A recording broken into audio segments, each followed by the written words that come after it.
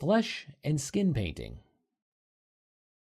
The texture and chiaroscuro of the skin in Rembrandt's portraits was created by using colors that vary from pure white to reddish tints.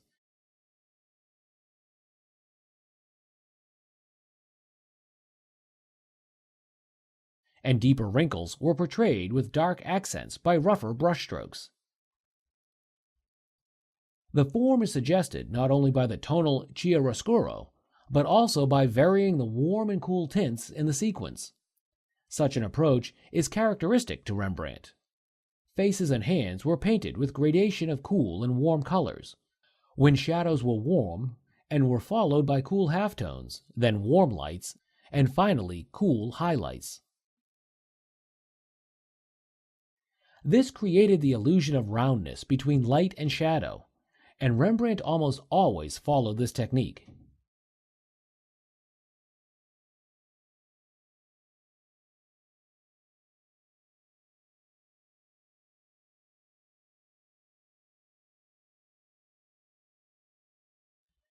Halftones of the portrait can be done in either of these two basic ways. 1. Cool midtones between light and shadow can be painted directly in paint containing blue pigments.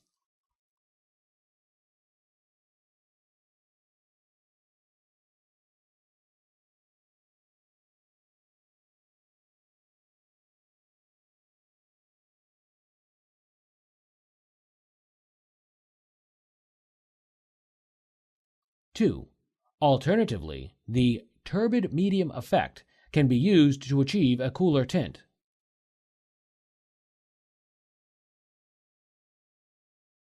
This effect is done by applying light warmish translucent paint in a very thin layer over a dark warm underlayer, which appear cooler under such a coat.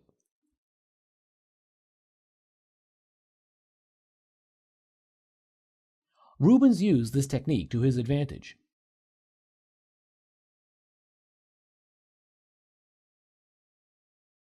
We can see this method in practice in the self-portrait at the age of 34. Portrait of an 83-year-old woman is one of the Rembrandt's first oval portraits. This canvas shape was popular in Amsterdam at the time.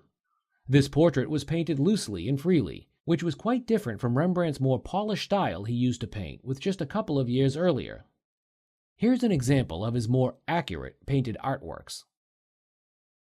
Rembrandt left some passages of underpaintings exposed, especially in shadows. Here, they are visible between the ruff and the woman's right cheek, and in other places. Despite the loose painting style, Rembrandt applied brushstrokes in a controlled manner. They are fluid and beautiful. Light areas and highlights are painted impasto, while shadows are executed thinly and smoothly.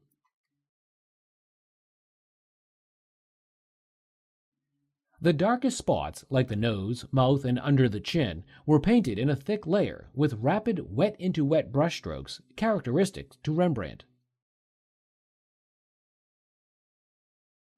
The flesh was painted with thickly applied lead white mixed with vermilion and red iron oxide. Such passages were scumbled with yellow earth, vermilion, red ochre, and some black paint.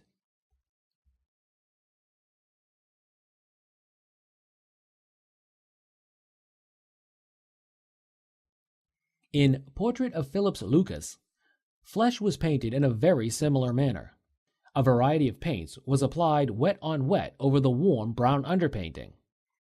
The cool midtone was done in lead white, mixed with small quantities of red earth, vermilion, charcoal, and yellow lake, with an addition of a small amount of blue mineral azurite. The pink on the cheek was painted in red ochre and vermilion, with an addition of a tiny amount of bone black. Carelessly done black accents suggest that the artist painted at high speed, placing nostrils, the line between lips, and shadow line next to the collar and the pupils.